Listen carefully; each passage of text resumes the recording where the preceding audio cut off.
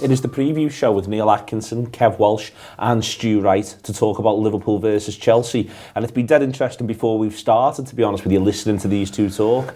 Both have said they weren't bothered by this game 2 weeks ago, 3 weeks ago, and now you're both terrified. Kev, terrified? Yeah, absolutely, 110%. As Stu just said, they're one of the biggest games of our lifetime now, isn't it? We've come off a nice little win there, but if there's any team that can derail us and we've got it in our mindset because of the 2013-14 thing, it's these. I saw them against West Ham, and I saw Hazard against West Ham, and Hazard's often been great at Anfield. The thing he does, Stu, is he really enjoys his football, and he looked to me against West Ham like he was having a ball. He was having the time of his life. Yeah, he's at his most worrying when he looks like he's enjoying himself, and he really does look like that at the moment. And I think that's partly because there seems to be lots of problems behind him that have been solved recently, and there seems to be a better balance to the Chelsea team. They seem a little bit more comfortable in their own skin, and they seem to as well be releasing him earlier than they have been. Yeah. Getting the ball, more forward passes earlier. And yeah, it's a worrying thing to consider, because we know he loves playing Anfield. I think he said in the past that his favourite ground is Anfield. Which is terrifying when we consider the implications. So. And as Kev said there, the history that we've got against Chelsea in a similar game to this a few years ago. It's one, Stu, come back to you on it really. They started the season, you think now about what Sturridge's equaliser meant in the corresponding league fixture earlier in the season, and it felt at the time like we've really ensured we're staying with Chelsea, that we're going along with them, that it's us, City and Chelsea. And I think the cracks were there in an underlying sense for Chelsea around that time. But at that moment, it really did feel like, yeah, we've kept this little battle that we're in alive here. And since then, there's this gap that's opened up. It's almost 20 points. We're significantly better off than them. But I remember that day, it was a really good game between two really good sides. That's almost my worry for Sunday. I'm not seeing a Chelsea that's turning up and rolling over. I'm saying we're going to have a tough game against a good side. Yeah, and in the home game, which I think was the League Cup game, was the home game, wasn't it? And Klopp and Sarri, they had a little conversation, didn't they, about what a great game it was, and yeah, I think if you look at Chelsea's season in the context of having a new manager, I think there's three very distinct periods. What it looks like you've got this first third of the season where there's a new manager in place with a new system, and it's taking other managers and other teams a bit of time to actually work out what they're about, work out what their weak spots are, and not really knowing what to do. And Chelsea, starting like a train because of it. And then we've had the Tottenham moments where Dele Alli has basically sat on Jorginho and shown the world at that point in time where the biggest weakness is, what buttons to push against Chelsea. And the wheels came off. Now we're at a point in time in this final third of the season where, as I said before, it does feel like lots of little problems that have been exposed as the season went on are getting solved.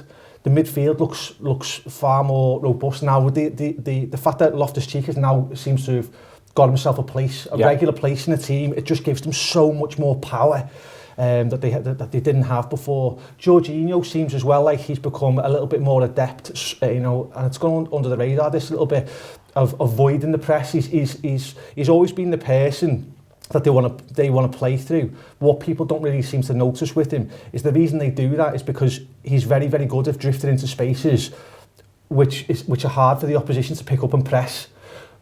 But at the same time, because of that, because he's always the outlet, there's always that risk that he is the one who's going to be pressed, So he seems to have adjusted a little bit better to the Premier League now. And as I say, that little change in style is making all the difference for him.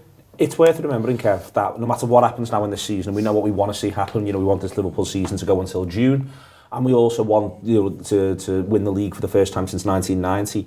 But there's a flip side here, which is that we talk about the Chelsea sides who are coming to Anfield.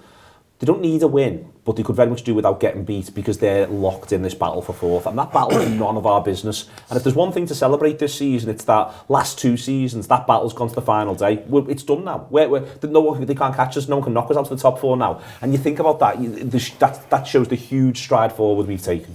It does show the huge stride forward we've taken, but I think for Chelsea, I looked at it this morning and I couldn't believe how tight it actually was. Because it hasn't been any of our business, I genuinely haven't been looking at it. I spend my entire life now. I spend my entire life going, I know all our fixtures off by heart, so I just refer back to Man City's fixtures 14 times a day just to make sure they haven't changed. They're not playing Fulham at home again, do you know what I mean? With them getting the win they did last week when it didn't look like they were going to, and the fact that Arsenal got beat by Everton, I think if those games had just changed around, I think you'd have probably seen Chelsea maybe come to Anfield and be a bit like, well, we're in the middle of a two-game play here, which is basically our Champions League spot for the UEFA Cup. So now they're going to come, and it's going to be a full-blooded performance, I think, because they're probably pole position now, I'd say, to get into the top four. They're very much in the ascendancy when it comes to the form. As you said, they've changed it around a little bit. They've had their issues, they've noticed what they are, and going forwards, they just made the change. It's relatively small changes, really. Jorginho was playing in a role that everyone on his dog was saying is the wrong role, so he just moved that along, brought in a player and replaced Kovacic because he hasn't been very good, and now they're coming flying. What you would say is, they've got the same amount of points as Arsenal. If it was Arsenal coming on Sunday, you wouldn't be worried. I'd say they're probably about as good as Arsenal. Do they similar to Arsenal? Because they've got about the same number of points as Tottenham, but Tottenham will hurt you. Like, they'll find their way to hurt you. They'll make it... You can play as well as you like, and Tottenham will find a way, I think, if they come to Anfield, to make it a dog of a game. And if there's a Tottenham supporter sitting here, they'd be saying, yeah, but we don't often get a result. But you'd be saying, yeah, but that we know that we're going to be in a battle. The Arsenal thing is interesting because Arsenal, they could be playing as well as you like. In fact, the better they're playing, the more I'm thinking they're coming to Anfield, are they? A whole cop for this. And you'd expect to see Liverpool win by 2-3 clear goals and be on top. It's where Chelsea are on that scale, really. They've all got the same number of points, but if you've got Tottenham here and Arsenal here, Chelsea, are they there? Are they here? Which one are they closer to? What are we expecting? I'd say theoretically you'd expect them to be closer to Tottenham than you would to Arsenal. But I think, I don't know. I don't feel like this team now has got the same doggedness and the determination that it's had in previous years coming through. I think now they're very much... They're playing a better brand of football at the moment, and they've got Hazard who, if he's on fire, can do the business, but then if he's not, generally you'd think he'd probably be alright. But the issue is, every time he comes to Anfield, he is. It's one where we'll talk about what Liverpool's approach should be, what side you pick. We'll go on to talk about all that in a minute or two, Stu, but it does seem to me to be one where if and when we're on top, we will be, probably for more of the game than they will be. We've got to make it count, because with the thing that what Hazard does, Higuain as well, to be fair to him, Hudson-Odoi looks lively, Pedro from the bench, Loftus-Cheek can go around too. My point is that Chelsea can score in 6 seconds. That they're now that sort of side. In years gone by, you've seen Chelsea sides where there's a solidity and they'll grind you, and if they're on top for long enough, finally they'll get one. This side could just score in 6 seconds. They could, and I think one thing in our favour is that I don't anticipate Chelsea coming and trying to defend like we've seen so many teams do at Anfield, and I just don't think it's in Sarri's nature. I think they're going to come at us, and they're going to back themselves. I think the manager very much believes in that front foot football. So I do think, there'll be opportunities for us to expose them. And where they're most vulnerable, I think now, is you look at the centre halves, and David Luiz has never convinced me. He's much improved on the player that he was at times under previous managers, but I think there's an element of doubt, and you can get at hit between him and Rudiger, I think. And also, I think there's a big question mark at the moment over the left back spot. I mean, Alonso's been injured, and he may well be fit to come back, but at the same time, I don't think he's been pulling up any trees for quite some time now, really. And even if he is fit, I'm not even sure he'll be a guaranteed starter above Emerson. So. I think those are the places that we've got to look to expose, and they fit into a part of the pitch that Salah should be looking to tear up. Last little thing, just ask the pair of you, who do you think's going to finish top 4? Who do you think's coming 3rd and 4th? You don't have to get them in the right order. It changes every day for me. After every set of fixtures, I think, right, there's now someone clearly coming. Like last week before Everton beat Arsenal, I thought they've had such a nice little run that I thought they got some tough fixtures coming up, but they played themselves into it. Now after getting beat so convincingly by Everton, I just think, well, everyone else has just got to put the same game plan in, and you could see them winning 2 or 3 more games, whereas they haven't lost a game for so long. I think Tottenham, I don't know, I think Tottenham will get beat by City in the European Cup, so I think that'll probably steal them to just push on and make sure they get the top 4, because if they were to fall out of the top 4 and go to the European Cup at this stage, I think the season goes from absolutely up there to very much, we've had a nightmare. Be very old school Tottenham, that, wouldn't it? It would be, and they don't feel like that to me anymore. No, I don't think they will. So I think Tottenham will get in there, and I don't think United will get in there either. It might just be a top 3, Who do you think it'll be? I think it'll be Chelsea, to be honest with you. I think it'll be between Chelsea and United. I think we're yet to see actually how much the wheels are going to come off now that Ollie's got the wheel. And I think that will, you look at the fixtures, Arsenal have got a lot of away games, and they can't buy a win away from home, can they? Whereas Chelsea, they've got a decent away record. I think their fixtures are probably the most favourable. So At Tottenham, yeah, I'm agreeing with you, Kev. I think they'll finish third. And I think it's toss a coin between Chelsea and Man United. If I had to put me colours to the mast right now, I'd probably go with Chelsea. Okay, thank you very much to Kev, thank you very much to Stu. We're going to get over now and have a fella move counters around and hopefully not look too menacing or boring. Chelsea come to Anfield, and we've been speaking a lot recently about sides coming, playing back fives, 5-2-3, all of that sort of thing.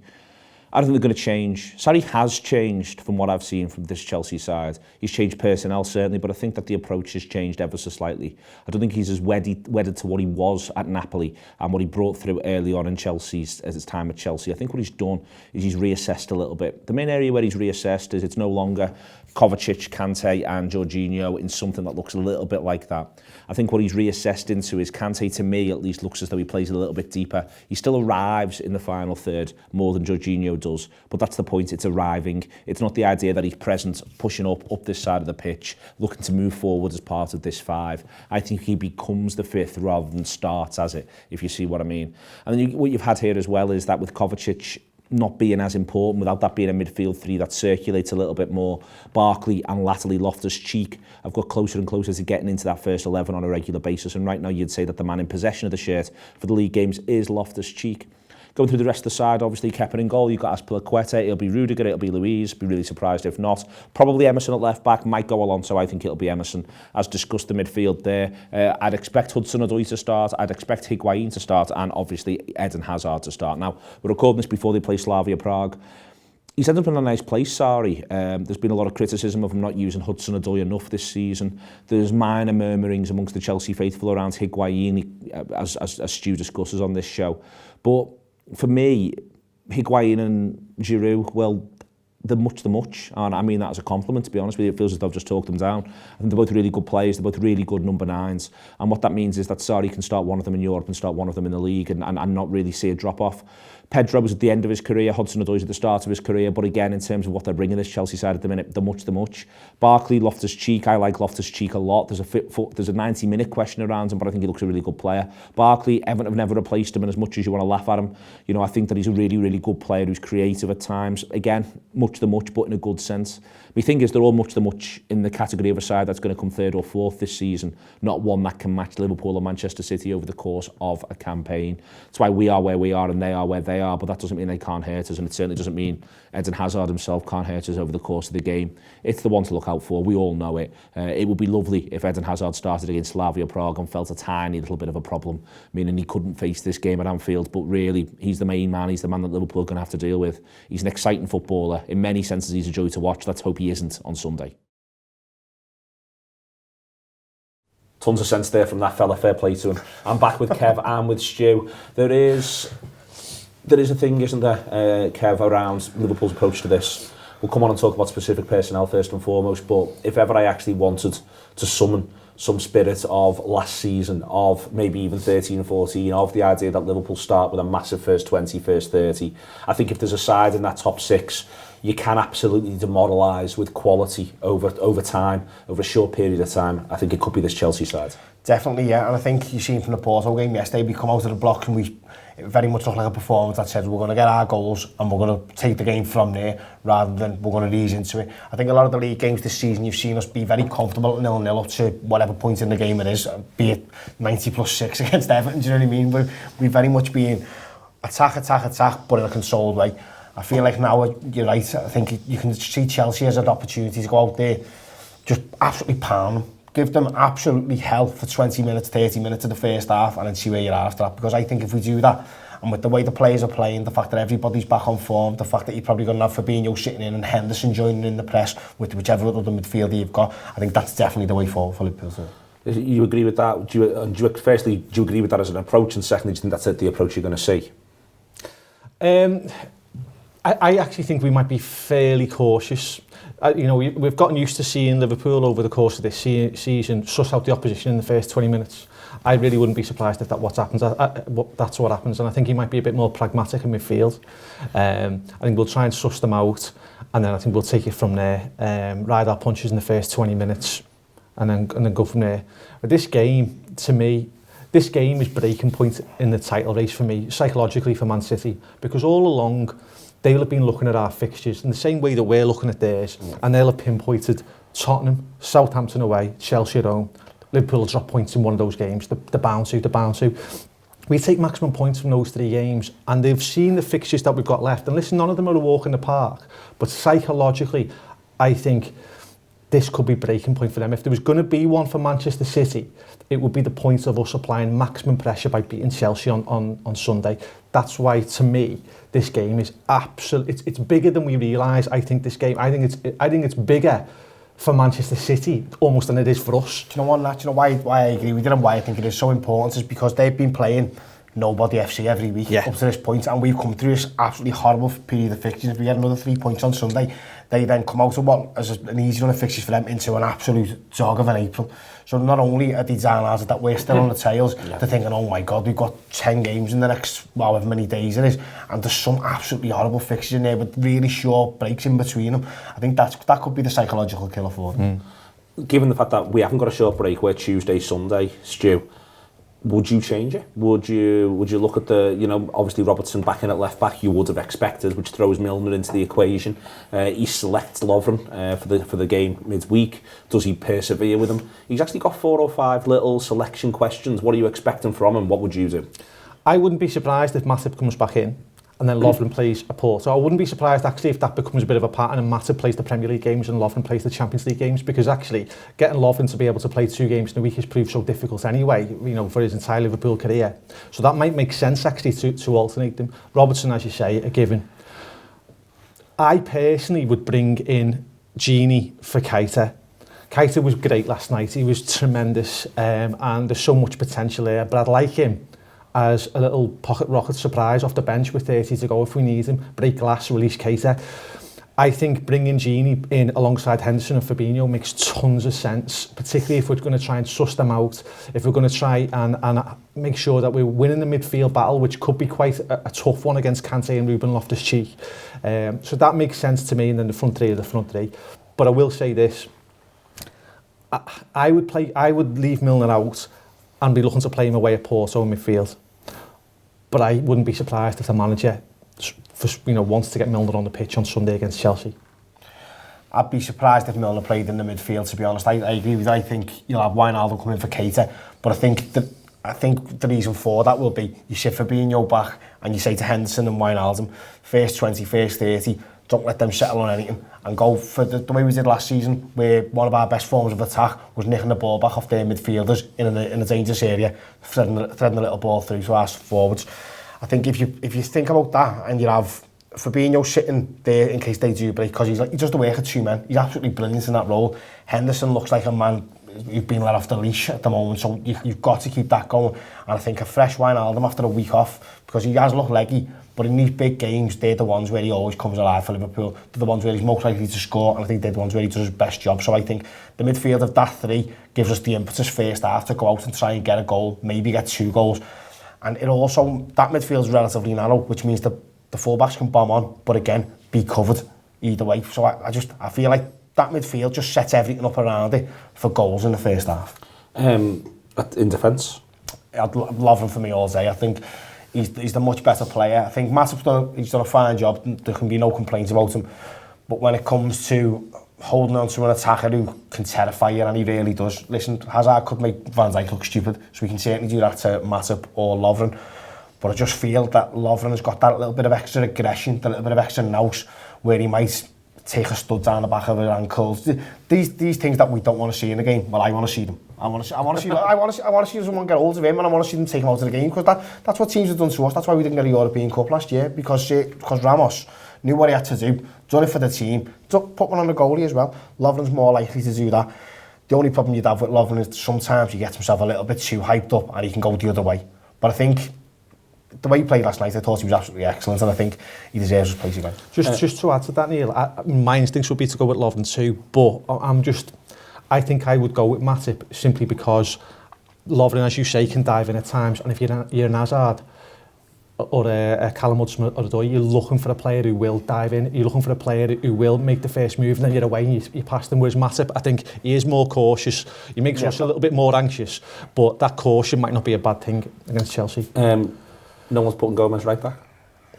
No, I think Trent he had a bad game against Southampton, but he very rarely follows up a bad game with another bad game, so I'd leave him in there. And the way he goes forward and then balls he puts across, he's so dangerous to our attack now. I think he's one of the fulcrums of the team now. You agree with that? Yeah, totally agree. I like the fact that you've, between the pair of you, you've come to a real nice consensus. Got it boxed off, I think. Might be a bit of a chat later on about Matt and Plovren, you might keep it separately, maybe do it over a pint. Are we going to do it? Yes. Yeah, we are. Honestly, I really think fans just to do it. I'm terrified about the game, and catch me Sunday morning, mate, and I'll be in a gibbering wreck. I will be until I've had me Mike Nevin 4-point minimum, and then I'll be all happy and shouty then. But this team feels like it's got the mentality that says, you're not taking this away from us now. We've had our slip, and the slip ends up being a defeat to City, and the 2 draws back-to-back with Leicester and West Ham really hurt us. I think now they realise this is the biggest game of the season, and as you said, biggest game of some of their lives from what they played so far. I feel like this is the game that go out, take it by the scruff of the neck and show the rest of the world we're a serious football team now. There's another X factor in this, which is that Manchester City kick off at 2 o'clock. And then we play at 4:30. Don't you be daring me with this. And there is a thing here, Stu, where Liverpool will, they'd be irresponsible if they didn't know the result before kick-off. And there's another, this is the XX factor, the ground knows the result before kick-off. And I don't think it'll actually make that much of a difference one way or the other. We all watch City win. We're all steaming into Anfield, willing the Reds on. We all watch City draw. We're all in Anfield, roaring the Reds on. We all watch City get beat. We're going to go absolutely berserk, roaring the Reds on. I don't think it'll actually make that much of a difference, but it may well be, it is there. This is what a title race is. This is literally what how the thing works. Yeah. They play, we play, they play, we play, we play, they play, and it is going to have an impact somewhere. It is, and psychologically it could have an impact, and I think Liverpool needs to be almost a little bit detached about this and think about it more logically and think, regardless of the City results, whether they win, lose or draw, Liverpool have got to win. So it makes no odds really. We've just got to go out and win. And I agree with Kev. The one thing about this Liverpool team is I think they are more certain than I am. I think they are more certain about themselves than I am about them, and I love that fact. I feel they've really matured, and I've just get a feeling no matter what's going on the pitch in that 95 minutes on Sunday, Liverpool aren't going to stop. There we are, Liverpool aren't going to stop. Listen, if you go into the game, make sure you have your 4-pint minimum. If you're not going to the game, have your 4-pint minimum anyway. It's to be encouraged, to be enjoyed. This is what the title race is. This is what it's about. These two think Liverpool are going to win. I think Liverpool are going to win. And Liverpool are going to put huge, huge pressure on Manchester City until this thing is finished and we lift it up.